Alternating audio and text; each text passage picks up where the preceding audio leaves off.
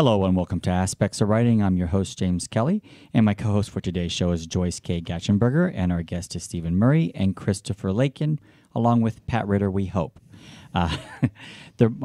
Chris is joining us from, where are you in Great Britain? I'm in Nottingham. And then we're going to have Pat. Hopefully he can connect with us from Australia. So the topic of the show is targeting your international audience. And our first guest is, I'm going to let Stephen Murray introduce himself. Stephen, why don't you introduce yourself? Sure. Well, first of all, James, thanks for having me back on your show. It's always a pleasure to be back with you.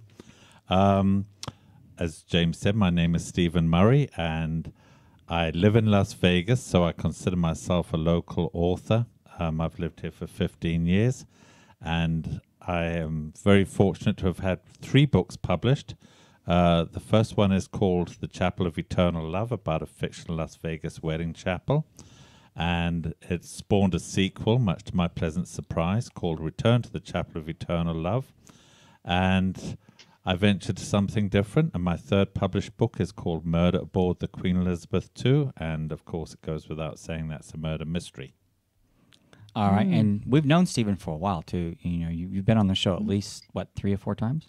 Yes, yes, it's about that. Mm-hmm. It's always a pleasure. And Joyce, I'll let you introduce Chris here. Okay, certainly. Our guest today is Christopher Larkin, and he's going to speak with us by modern technology today from the area around Nottingham.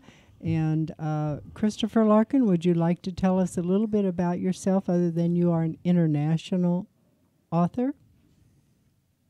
That sounds very grandiose, Joyce, but yes, I'm just a little children's author from Nottingham in England. I've got 4 books published on Amazon. I tend to do better with my stories in America, but yes, the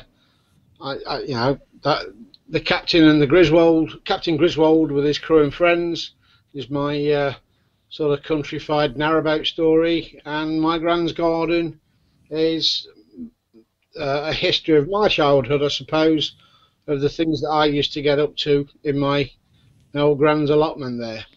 And you've been on the show before as well, Chris, and actually when you were on the show the last time, I don't think you had all those books published yet. That was... No, I don't think I had the Grand's Garden one out. Right. Last time we spoke, James. And thank you for having me on again, by the way. Absolutely. But yeah, I had the 3 out, and I think, if I remember rightly, Grand's Garden was just about on its way out, on its way to be released. Right. All right, so we're going to be talking about, I want to talk about Pat just for a minute, just in case he does join us. Chris, you have been communicating with Pat Ritter back and forth for, you said, about 10 years now. So via the internet, you guys actually know each other. I hope he can make it. He's got 22 books out, so he'll be a great addition to the show today. And we're going to be talking about targeting your international audience. We've talked about this before, Chris, and we're going to go into it again. And the reason I want to talk about it is because, Stephen, I want to delve a little bit more into you, because you have family all over the world. Yes. And it's interesting how all that connection can happen. So the first thing we're going to talk about is, how do you find your audience? What are ways you go out there to seek out your audience? And Chris, you said that you do better in the United States. So why is that? What are you doing to target the audience here? I think it's just social media, James. It's just so much easier nowadays to jump on the internet and make friends, or not so many friends, but make connections all over the world. I've got a lot of people that I speak to via Messenger, basically, in America, in Australia, in Europe, all over the place. And obviously I'm trying to promote my books, and they're doing the same usually, or it's just people that are on the internet. It's just that this internet craze that we've all jumped onto. Okay. It's fabulous and makes the world such a smaller place.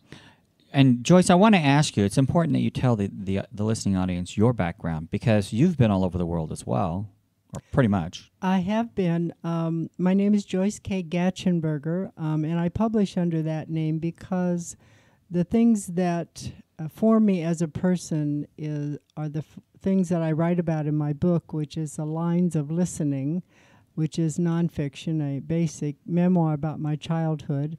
My next book is Generations Intertwine, which is fiction, but a generational account of the first book. The next book is on the griddle, as they say, and it will be done. My characters cooperate. I'm also a registered nurse and have been one for 35 years. A lot of experience there. I have an associate and a bachelor's degree from the University of Hawaii at Manoa. I also have a master's degree from UC Davis in California, one of those West Coast people. Also, I'm a military wife, and as a military wife, we were transferred to many different places and met many different cultures, and I try to use a lot of that in my writing. And so how does that help you when trying to reach an international audience with your books? Well, I'm very aware of cultures, very aware of the difference between men and women in different cultures. So when I would describe a character, be it male or female, I kind of sit at my desk, close my eyes, and remember my own experience of a woman or a man in that particular culture and what those attributes would be. Because in different cultures, women do things differently than maybe they would do in an Asian culture or a Pacific Islander culture or a Taiwanese culture, maybe than we would do here in the United States. And so I write that into my book. Mm-hmm. And when it comes to marketing, how do you try to reach your international market? It took me a while to get on the electronic craze, and I'm just trying to get on to the audio craze. I'm a kind of person that likes to touch the book, turn the page, and see the cover. So I've been trying to avail myself as to what's current in the marketplace, because I know that once you get on a trend, if you don't join that trend, everyone else kind of leaves you behind. And so I'm making myself available to all information, what is out there, what is working, what is not working. And we recently did a show not too long ago about, I think, an exciting program. Can I mention Sure. the one? Okay. It was Draft to Digital. Which was a program that seems to embody everything. So not only do they do it for you, do it with you, but they can put you in touch with people that can help you do it as far as touching the page and turning the page, but also putting it on audio or getting something in formats design or whatever you need to do. It seems like Draft to Digital can do all of the things that are current for today's market, not only here in the United States, but anywhere internationally. Yeah, I actually was just on the phone with him day before yesterday over a book that I was trying to get up on Draft to Digital. Have you used them at all, Stephen? No, I haven't, and it's interesting you should just raise this subject, because only yesterday I emailed somebody about putting my books onto audio, and I'm going to hook up sometime next week, so it was interesting that you raised it. Well, I'll tell you what they do. Right now they have a promotion going on that the biggest expense you're going to have in converting your book into audio is the time that it takes to do it, because they record, and recording time is one thing, finishing time is something else, because that means it's edited down. Mm-hmm. And they're actually offering 1 hour of free editing, a finished edit, you know. Mm-hmm. So that's a lot, especially if your book's like 12 or 13 hours long. So you might want to contact them. But yeah, just go to Draft to Digital. You can go to the aspectsofwriting.com website, and there's actually a link from there right at the top to the left. And on Draft to Digital, just click on there. You can see how to upload your ebooks. I did it. I wanted to see myself how it worked. And Chris, this is important for you. You take a Word format. You can actually upload it in Word format, and it will format it for you. I had a little bit of difficulty with one book. One I had no problem at all. And I'm telling you, their support team is great. You just call them up, they'll help you out. This guy told me it'll take him 3 days. He called me back that evening and had it done. Wow. So that's amazing. I have to tell you, and with CreateSpace, Stephen, up until last week, I never had a problem with CreateSpace. I take back everything. What a mess I've had with them. But anyway, and by the way, CreateSpace is going to the wayside for all of our listeners, just so you know. Oh my. Everyone will be getting emails from them letting you know how you need to upload your books to KDP. There will be a conversion where all your books will go to KDP. And so you need to be aware of that CreateSpace is going to the wayside. Because it's one company.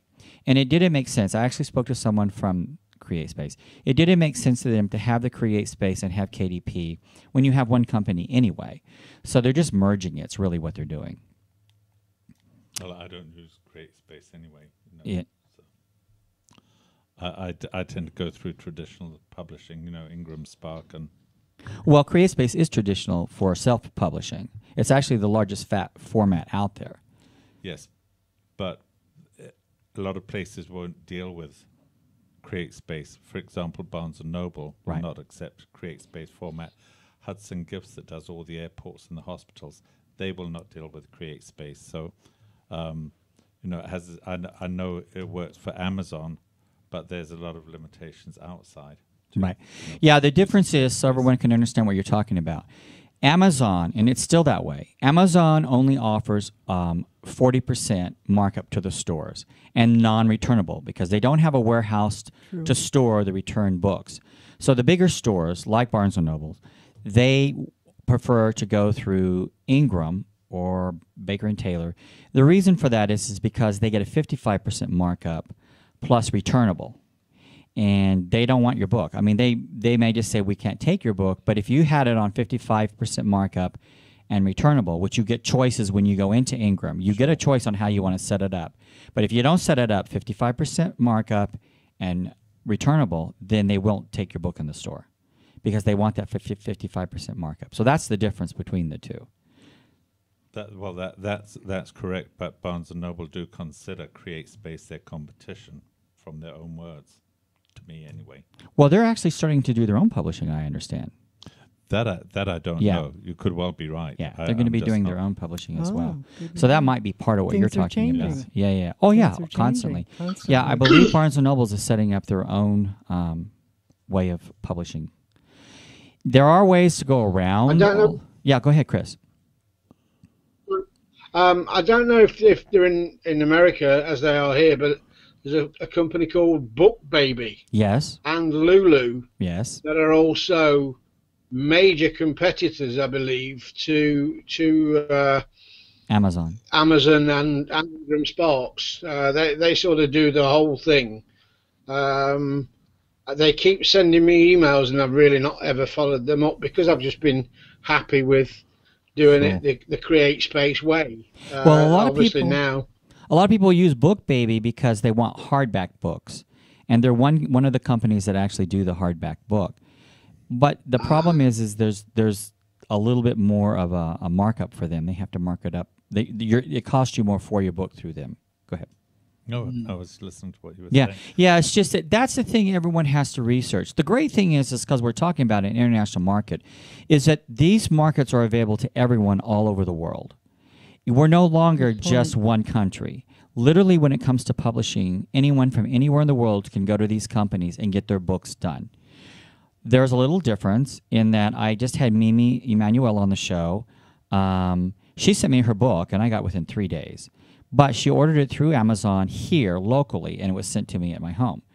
I dealt with another author, Romay Cupido, and with Romay, to send me that book from Finland was going to cost a fortune.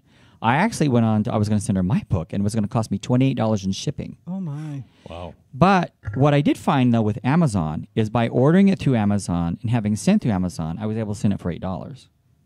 Big savings. I guess they probably have someone assigned there that they, in that country where they just have it printed there and then ship it. But it can get quite expensive internationally trying to ship your books around. So it's good to find a company that will have a vendor wherever you are in the world so they can distribute it there. And I think that's what I liked about Ingram Spark, or that's where my comfort level was, because I have family in Australia and South Africa, and of course in Great Europe, it was easier for them to just go into the store and order it, and it was there within a couple of days, and I didn't have to deal with all that wrapping and shipping. And Yeah. unless they wanted, signed copies, then I had to do it, of course. Oh, well, yeah, that's But, true. Yeah. So if they want signed copies, how do you do that? The old-fashioned way, snail mail, That's But always an option. they send That money. Always an Do option. they send money through your website? How does that work for you? They do it PayPal. PayPal? Okay. Mhm. Chris, do you through do my that? website. Do you offer that as well? Yeah, Chris? sorry? Do you offer a way for people to order the book through you so that you can just sign a copy and send it to them? No, I don't. No. It's something, again, I've not really ever looked at.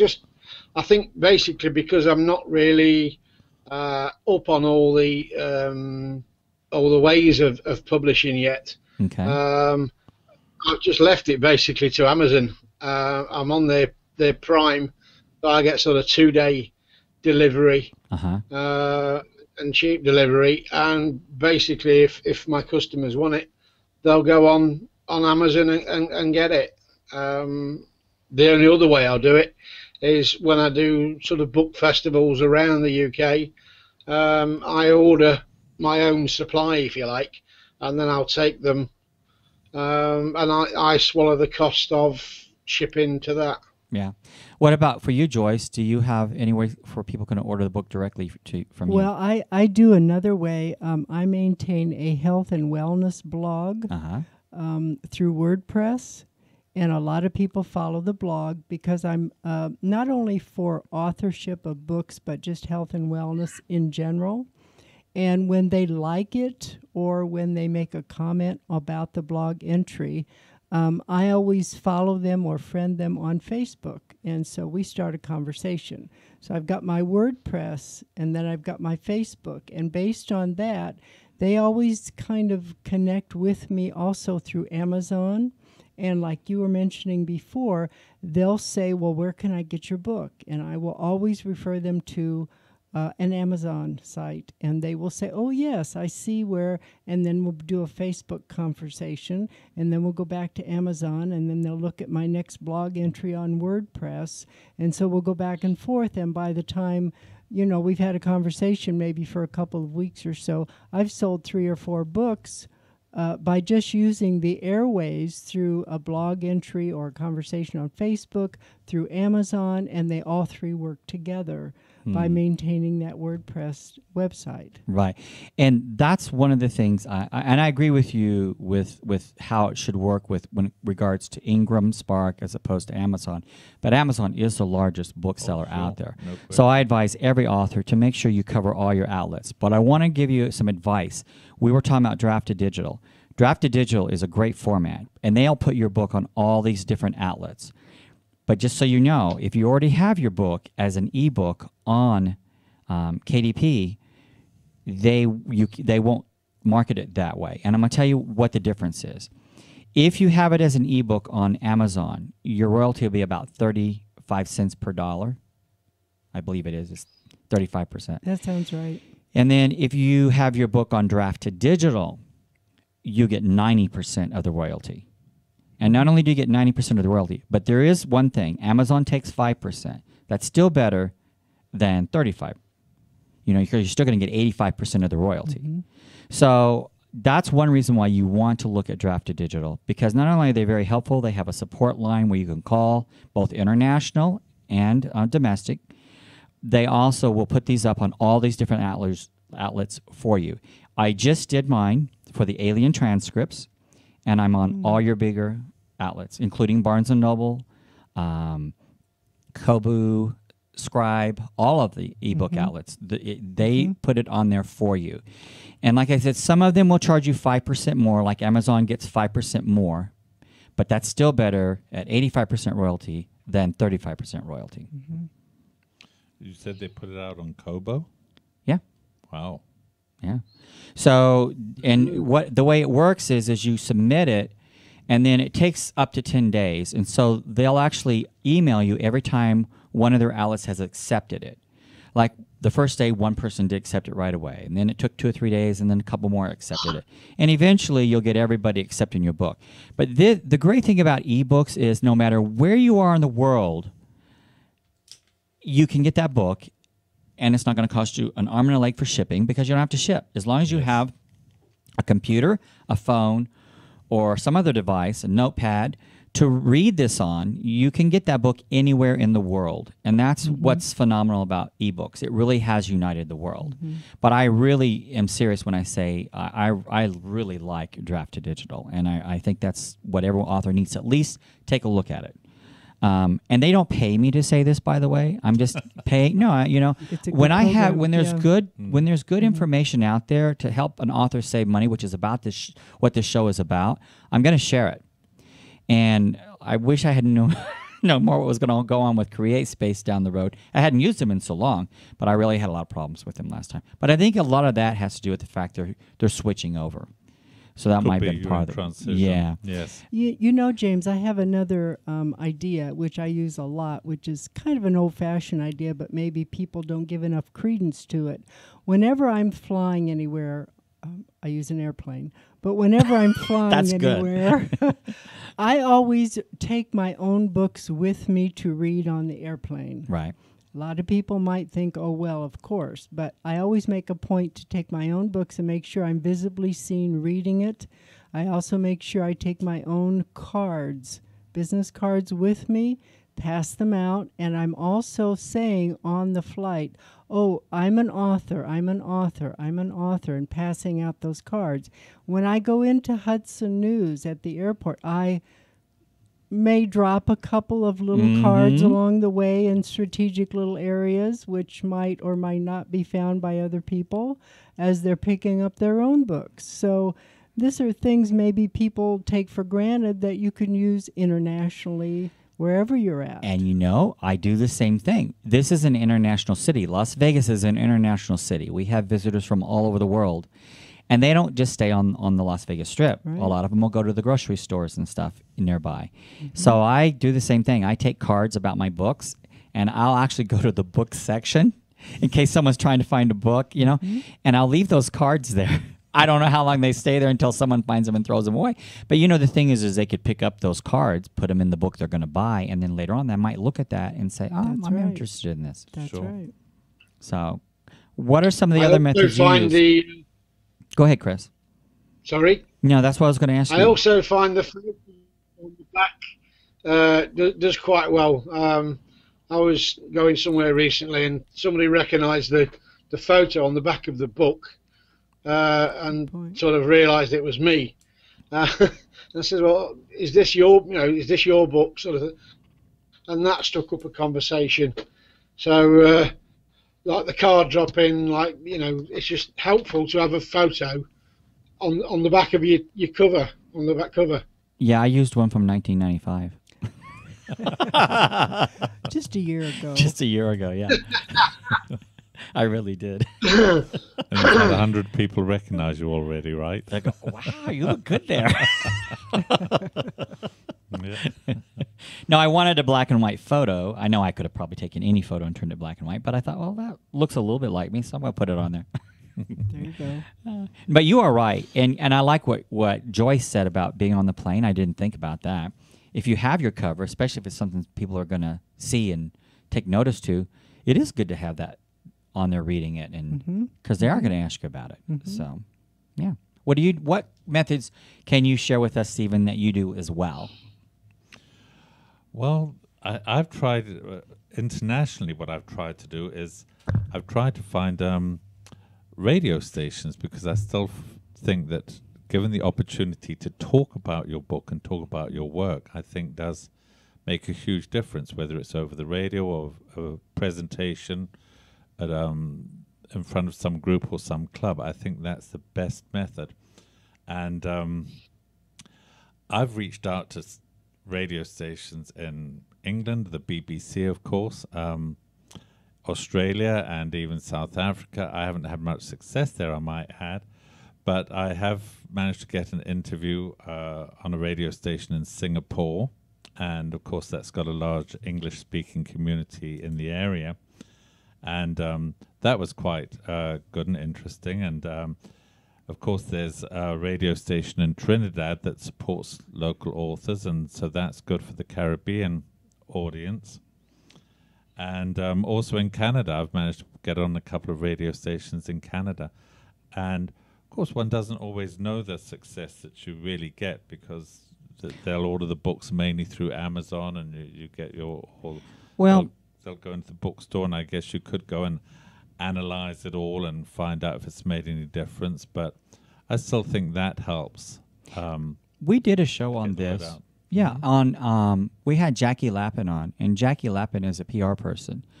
She's got the largest organization when it comes to inspirational books or spiritual books.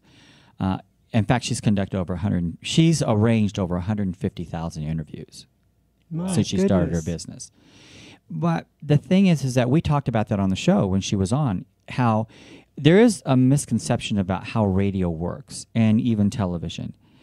It doesn't necessarily guarantee a sale of a book, but what it does do, it gives people recognize your name. So when you're out there talking, or you have a sign up that says you're going to be doing a signing, they're going, I heard about that guy, or I saw him somewhere. And that's what it does. It gives you more notoriety. It's as much about notoriety as it is selling the books, because you don't get the chance to pitch it the same way necessarily on a radio show as you can if you're at a book signing. A lot of times... Go ahead, Stephen. No, I was just going to say, well, of course, too, it's not always just about selling books either, or just getting your name out there. We all have different reasons for marketing our books, and I think you and I have had this conversation, James. Yes. My goal has always been to have my 2 books turned into a television miniseries. So every time I'm on the radio, I like to talk about that. I try and sneak it into the conversation somewhere, like I'm doing and that's today. what I tell people to do. What you should do. That's exactly what you should do. So it's not always, when I'm on these radio shows, it's not always about how many books am I going to sell from it. I'm hoping that there might be somebody listening. Networking. Yes, networking. And I think Chris has alluded to this earlier, that he's found that he does a lot of international networking now. And I'm hoping that that's what comes from being on international shows.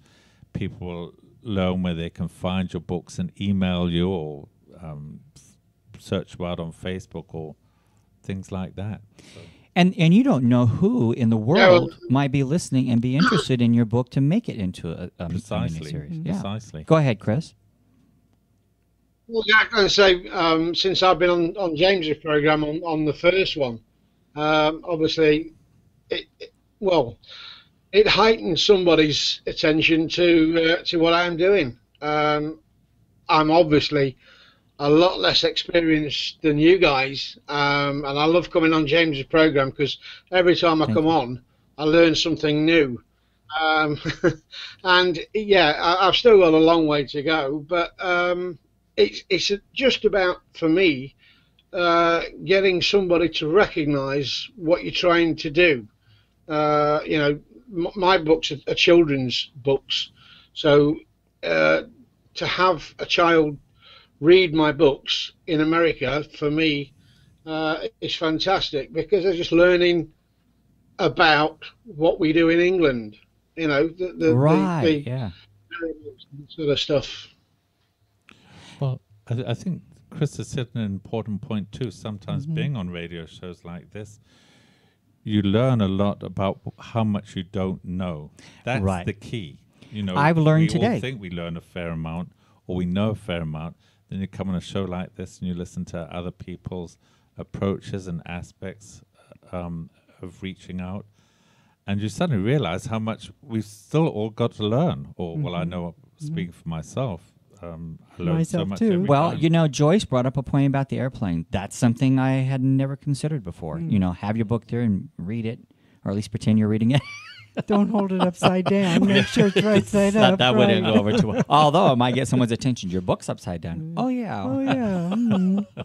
But that is. I learned something almost every show. Someone tells me something I didn't know before. So that's why we do this show. And I think that's the importance of radio, is doing a show like this, is that we do learn. you know, and even though the most experienced think they know, they're going to find something that they can use, like what she just shared a while ago. Yes. And that's what's important. All right. Chris? I taught you what a lorry is, James. I'm sorry? I taught you what a lorry is. Yes, Oh, you that's taught us right. what a I lorry didn't know. is. That's But exactly right. That's right. And what is it that Pat does? And I'm going to talk about Pat in a minute. What is it that Pat, he writes the jury? Is that right? About the jury. I think it's a cowboy in Australia. I didn't know. I didn't know that was considered a cowboy. It's more Western stuff. Yeah. Cowboy Western type. So I learn all the different slangs when we have. I first read Pat when he just used to write his stories, basically in longhand on Facebook, and to just there to read, you know, and then all of a sudden, it was all books, but he used to concentrate just putting his stories over Facebook and there for anybody to read. And I thought that was a brilliant idea, to be honest. Yes. And all of a sudden, then it got into print and into, you know, various other forms of publication. Well, he has so that's 20. what I'm going to try to do. He does something really unique, Chris. First of all, he has 22 books out now. He's working on his 23rd. And the other thing that Pat does is that, which I have not done, and I guess I'm lazy, but he gets up in the morning, he will write a page of the next book he's working on, and he'll post that to his readers. And he said he started out with 2 people, and today he has over 9,000. 9,000. Wow. So you've got 9,000 people already interested in that book when it comes out. And someone said to me, well, if they're reading the book page by page, why would they want the book afterwards? Well, they would want the book afterwards because they're participating in what he's writing. They're sending him back notes saying, well, what if the character did this, or why didn't the character do that? Or they might say this sentence needed this, or this sentence needed that. You're getting so much from doing that. It's kind of like have a huge reading group, because now you're getting critiqued from all over the place, and if they like what you're writing, you are going to have sales from that book when it's done. Yeah. Yeah. I mean, Hope. Yeah. No, but he does, though. Yes, he really of does. course. Yes. So. Yes. I say that's just a stage on from what he used to do, but he used to write a full book out of a story just over Facebook. Next time you speak to him, James, perhaps ask him about that. And that's where I first sort of got in touch with his work, if you like, just by reading his stories on Facebook, and found them very interesting. Yeah. And so I'm going to try and do now. I've got my little pug somewhere, and I'm going to try and do a story through Facebook about her, just a day-to-day sort of diary of what she does and how she does it, and going out and whatever you, just to try and get the children's interest, basically. While you guys converse, sorry. I'm going to try and get Pat online. So you guys talk. Okay. Well, Chris, let me ask you a question. Since you have children's focused books, do you go into the local libraries, or do you go into the local schools and read to the children and get them interested that way? I do when I can. I found that avenue very difficult to get into. Obviously, over here, I don't know how it is over there, but you've got to have like approval and legal checks to go into schools and stuff to make sure you're a viable character. Not that I'm not, but it becomes a very expensive way to try and get into schools, and they just don't. We all get very busy on all of a sudden, but any other time of the year, it's very awkward to get that, or I find it very awkward to get that inroad to schools. What I'm trying at the moment, or just starting, is the nurseries, the younger ones, just to go and read and try that. We all try various things. I was interested to hear you say about your health and wellness books, Joyce. Yes. I've just started a blog on. I suffer with arthritis in my spine, and I suffer very badly with depression. And I've started a blog on doing that, on trying to reach out to people that are suffering out there, and just set up groups, chat groups, work groups, whatever, to try and reach the people that are sitting around like I was before I started writing. What is the blog? Where can we go to that blog? It's www.lifestylesforliving, all one word, lifestylesforliving.blogspot.com. Yeah, because I know I've gone there and I saw it on Blogspot. Well, Chris, what I would recommend, which may be helpful, which, by the way, a blog is an excellent idea. At the end of each blog entry, you might want to write in the names of your books. Because if they're already reading your blog, they'll probably read to the very end of your entry, and then at the very end, just put the names of your books. Again, thank you, Joyce. I've not thought about doing that. I do. It's sort of Chris Lakin, author, on one side, and the Lifestyles for Living blog is sort of the business on the other side. Yes. That's gearing towards marketing. Trying to get people involved and marketing and whatever you. Use a guy called John Ashraf. Do you know John Ashraf in America? Well, he is an American. His firm is called NeuroGym. Very much brainathon, brain training, that sort of stuff. And I found that quite useful for myself to sort of get through the bad times when the pain gets that little bit too hard to handle. Like it's getting now. Well, you can stand up. You can stand up and walk. Move around. Yeah. Please move around. We understand. I've had back problems, so I totally understand. So, Chris, you were saying about the difficulties of getting into schools. Have you tried reaching out to local Sunday schools or the Cubs? I don't know whether Girl Guides would let you in with your books, in this day and age, but maybe the Cubs or Sunday schools? The Cubs and the Girl Guides, I think, are a little bit older than my sort of reading. Yours is a younger generation. Then what about Sunday schools? Yeah.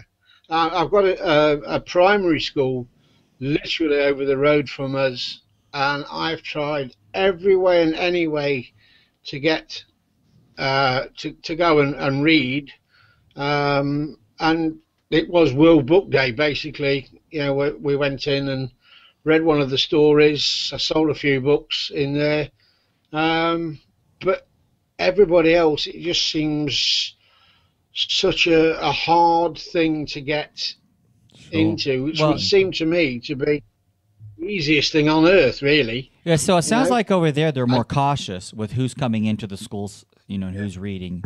Yes. Yeah. Yeah, very much.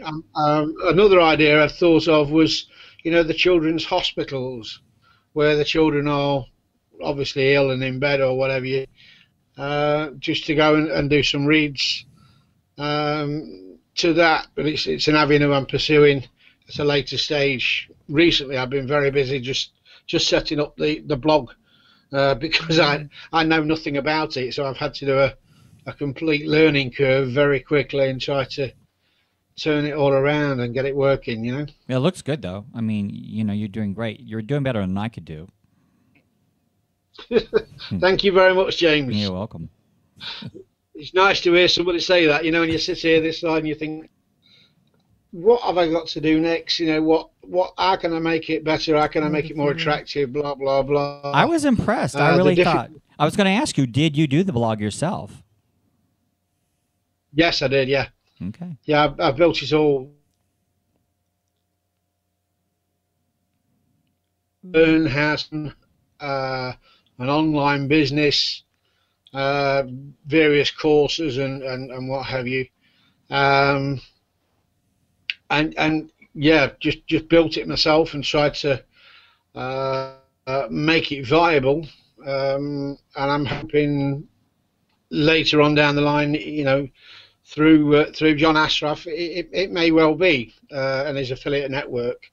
But I live in hope. The first thing, obviously, is to bring value and help to the people that are like myself in pain, and hopefully be a listening ear or a contact network or whatever for those people. Well, you know what's interesting, and Joyce, I've only known you for a short time now. You've been on the host on the show for a lot already, but I've only known you for a short time. But Stephen, I've known you for quite some time, at least 3 years. It was about 4. About 4, yeah. And Pat, we had you on well over a year ago. What is interesting is to see, Chris, even with Chris, to see where he's gone in a year, it's amazing. I don't even think, Chris, you would even thought about doing a blog a year ago. No. Because you were really, into the training side of things. I think last time I spoke to you, James, I'd just come back from a course in London, or I was just going on the course in London. Yeah. Which was nearly £7,000, and just to go and stay in this hotel and have somebody talk at me, these big auditorium things, and these guys go all over the world and earn thousands of pounds doing these talks, and you just expect that what they tell you is good enough to make a difference, So yeah, I just keep doing it and trying to bring the blog out and get people to come back with comments and what have you. It's the feedback that obviously will make it any better. Mm-hmm. And Stephen, you've gone a long ways since I first was introduced to you. I mean, you really have. I marvel at what you do, Stephen. Because he's really taken Oh. the reins and really run with it. Yes. I mean, you really have when it comes to marketing on a local level for certain. He's really gone out there and learned a lot. Agree. And Chris, this is going to be good information for you. Let them know what you've done, just how you've started marketing on a local level. Well, I have to say, Chris, first of all, I did meet James 1 week after my book came out, and I was on his radio show, and he was asking where people could get my book, thinking I'd have a website, and I was on Facebook and the whole shebang. Amazon. I had absolutely nothing. I was not on Amazon. I didn't have Facebook. I didn't have a website. I'd never even heard of Goodreads, which is a place where people go and put their books out. So, I mean, I was starting not only at ground zero, ground minus zero. And I just mistakenly assumed that through 5 degrees of separation, my book would hit the #1 New York Times bestseller just through word of mouth. And multimillionaire. so, yeah. So that just gives you, Chris, that just gives you the background and how naive and how green I was. I really knew absolutely nothing. But we all are that way. Yeah. Absolutely. Yeah. But I didn't even know any authors either, so published authors. So, I didn't have any role models or anybody to go and talk to at the time. But, since then, hey, I was determined I was not going to be one of those authors that give up after 100 books. And, I just went out and got into the bookstores, Barnes & Noble, and do book signings there. I reached out to senior centers and go and speak at senior centers and set up meetings there for local authors, and did a network with an art gallery that wanted some authors to come once a month. And until she sold the art gallery, for 18 months, every month we would have 6 authors come and talk about their books and mingle with the artists. We'd have cheese and wine and things like that. And it's just really reaching outside of the box and trying to think outside of the box and discovering new ways to get your And they also, The you're books part of are. the Coffeehouse Tour here, and we had a guest on who asked, "What is the Coffeehouse Tour?" It's like, I guess they'd have a tea tour in Great Britain. Well, probably Possibly, yeah. if you remember the old Joe Lyons coffee shops in England. Do you remember Joe Lyons? Were you there when they had all those Joe Lyons coffee Yeah, shops? got lines here, yeah. And The line. they Uh, have similar things here. They're like little coffee shops, and there's one lady, Vicky Ann Bush, and Linda Style Fox, two ladies. They've set up where they get various authors to go and set up little signings in these little local coffee shops, and they go around to all the different ones. And we have some coffee shop chains just like the Joe Lyons ones in England. And in fact, you do even not just coffee shops. Sometimes it can be an independent bookstore. It can be a little bistro sometimes. Yes, yeah, we've tried even little restaurants, bistros. Again, I think people should look at their book and find out, if you've written a book that's got something to do with Italy, go and try out some of these Italian restaurants, bistros, and ask if they'll good do point. a coffee shop. Yeah. A book signing, or if your book's set in China, check out some of the local Chinese restaurants. I live close to a place called Newark, which is quite a very old market town in Nottinghamshire, and they've got sort of a couple of old. It's mainly antique furniture, but they've got a couple of really old bookstores. But again, they do second-hand books or not really new books. They're not into the new books as such, and they don't do children's. So again, I'm like, well, why? You're losing a market. Sure. I'm, so can I come and do a read for you? And no. It just, I don't know whether it's just my face or what, but I just found it so difficult to sort of open up them sort of, I don't know, it may be because I'm not a salesman. I was a lorry driver. You do have to learn to be a salesman. Well, yeah, that's I haven't really got the gift of the gab, James, unfortunately. That's something that, selling is, you need that persona, I believe. I don't know. But I'm trying to learn it, Yeah. and get the things out there. Well, you're more Maybe it's confident now than the first time I interviewed you. That's for sure. Oh, absolutely, yeah. Again, I'm getting used to trying to explain myself, if you like. Yeah.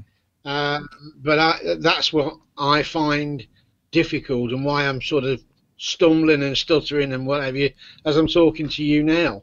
I just find it difficult to get that message across. Well, Chris, let me offer two suggestions to you. One is, you don't have to explain yourself; just explain the book. Right. And the second thing is, your book is about boats. So maybe if you go to places where they sell boats, they would be interested. Yeah. I'm obviously trying to get into all the marinas and things like that. But again, it is hard because they want 55% off the top. With Amazon taking theirs, them paying for the shipping, there isn't the margin in the book. But if you did what we've talked about with Stephen, and we shared this before, if you do hook up with someone like Ingram Sparks, the thing is that then they'll order directly through Ingram. So you don't have to pay for, you'll still have to pay for printing and stuff, and there'll still be a 55% markup. So I don't know, I guess that's just, I don't know, is there any difference Well, try going to a very small local boat shop in your town. Yeah. And they in turn were probably connected in some way to a larger boat shop. And they in turn are probably connected to a even larger boat shop. Well, I'm going to tell you what's important here as well, is what you guys both do, Joyce and Chris is trying, and I know Stephen does it, is when you go out for a signing, no matter how small the venue, and you sell to one person, we don't realize who that one person might know somewhere else in the world, not just in the United States or in Great Britain or in Australia. You know, wherever you are trying to sell your book, you don't know, because nowadays everybody has family everywhere, or they have friends or acquaintances everywhere. So you don't know if someone gets that book and reads it.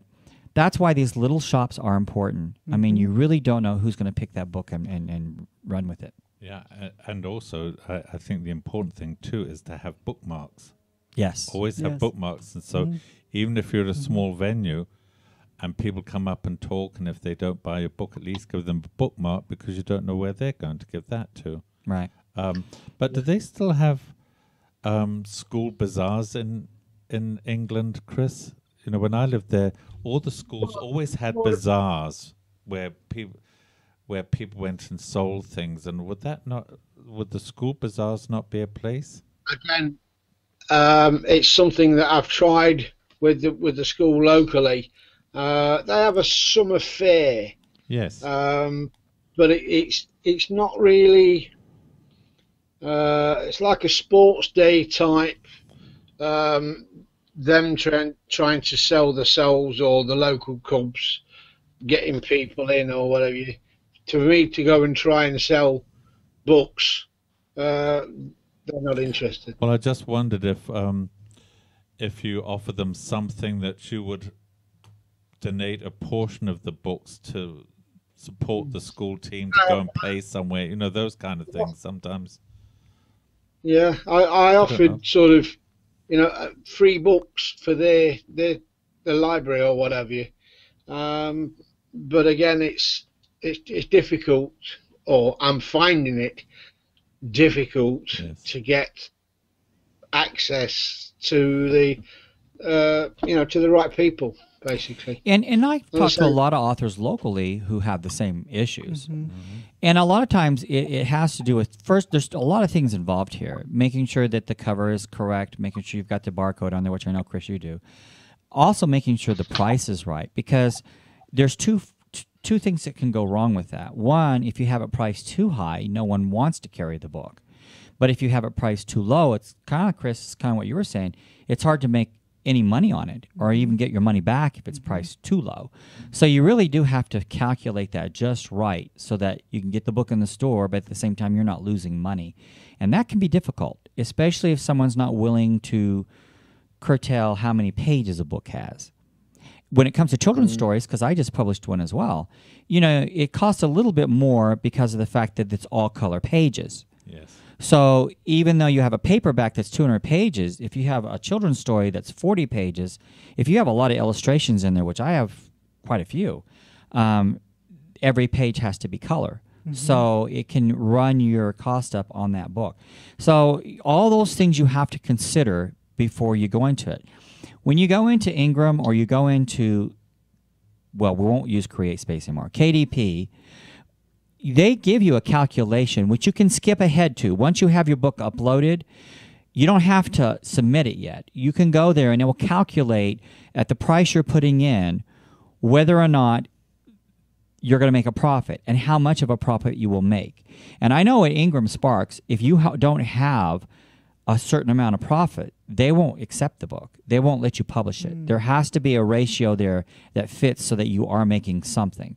So I do know that for sure. Now, it may not be much. It may only be $1, $1.22, $1.74. But the most important thing is you have to have that book calculated right for the price to make sure that you're making something on it. I mean, when I put the price in, when they did obviously CreateSpace, I know now, but basically they're although you use the calculator, it's calculated for American markets, and so long as it's above their cost, whatever you put on yourself is up to you, and it has to correlate obviously with the English markets. And you know, when you got stores like the Works or something like that, I don't know if you've got them over there, selling sort of novels at 1.99. You know, it's just it's so difficult to try and fit a book. I don't know enough about it, I suppose, to know what the price should be and where it should be. Well, You know? I'm going to ask a question and see if anybody here knows the answer, and if not, maybe someone listening might have the answer to that. When you put your book on Amazon, immediately, even before anyone's ever ordered a book, you've got all these resellers who claim to have a new version of your new copy of your book. What I find interesting, and I'm actually investigating this right now with one person. One person actually has my book for sale cheaper than what it sells through Amazon. Yep. And I'm thinking, now, how are they able to do this? Because in order to get that book, they would have to order it in order to print it or to resell it. But if they're reselling it, then shipping's involved. So how are they able to sell it less than I am and make a profit on it? And there are what's called, and I'm going to really investigate this, and we'll talk about it more on the show in the future. They do have what's called the book espresso machine. And I do know that if your book... Espresso machine? Yes. And if your book is in that system, there's like 77 of them across the world. They're not just in the United States. There's only like 77 of those all across the world. But if we have one in Las Vegas. But if you go down there and you're in a system, someone can actually order a copy of that book and have it printed through them. Now, it's a little more expensive to print it through them. It's like $7 as opposed to like $4 if you go through... Amazon. But the point is, I'm wondering if that's how they're doing this, and then they're taking your book and reselling it. So I am going to check into this more, because it's kind of disturbing to me when I see these sites that are selling my book less than what it sells for retail. How are they doing that? Well, I had that same experience the first day mine was available. One of mine was available on Amazon. An alternate site had it for sale at a lesser price, like you were saying. New. Yes. They also had a couple of used copies. Which is impossible since the book hadn't been out yet. That's exactly right. Yeah. And my experience was similar to Joyce's. The day after Murder Aboard the Queen Elizabeth II came out on Amazon, I went up and had a look. And there was 8 different companies all offering the book at different prices. 8. Now, how does that happen? I have no idea. Well, and I've tried to get it resolved with Amazon. I wish you good luck, James, because I haven't had any success. I'm not going to stop until I find out. All right, I hate to cut all this short, but we're running out of time, so we're down to the last minute of the show. So, Chris, again, where can we find your book? It's on Amazon. It's Chris Lakin, Lakin. Lakin, chrislakin.author. All right. And it's sold under Christopher Lakin when it comes to the children's books, I believe, correct? Sorry? Christopher Lakin is the name on the book? No. No? No, it's still Chris Lakin. Okay, all right. Yeah, it's Chris. chrislakin.author is the Amazon. Obviously, Facebook, Instagram, LinkedIn. I think that's about all of them. All right. And Joyce, real quickly. Joyce? Of course, Sorry? you can buy it on Amazon. Okay. And you could buy it at my website, which is linesoflistening.com. Okay, and Stephen? They can visit www.authorstephenmurray.com. That's STEPHENMURRAY.com. And they can also order it on Amazon, and they can go to any bookstore in the world and order it, and Ingram Spark will make that happen. All right. Well, you can go to learn more about our guests. Just go to aspectsofwriting.com. That's aspectsofwriting.com. You can also find all the links to where the show airs, which is iHeart, iTunes, Roku TV, several terrestrial stations. Just go to aspectsofwriting.com to learn more about that. Until next week, this is your host, James Kelly, reminding you, if you can dream it, you can write it. Thank you, everyone. Thank you. Thank you, James. Thank you, James. You're welcome. Nice Thanks, to meet Chris. everybody. Thank you, Chris. Likewise, Chris. Take care now. Bye-bye. Okay. Bye.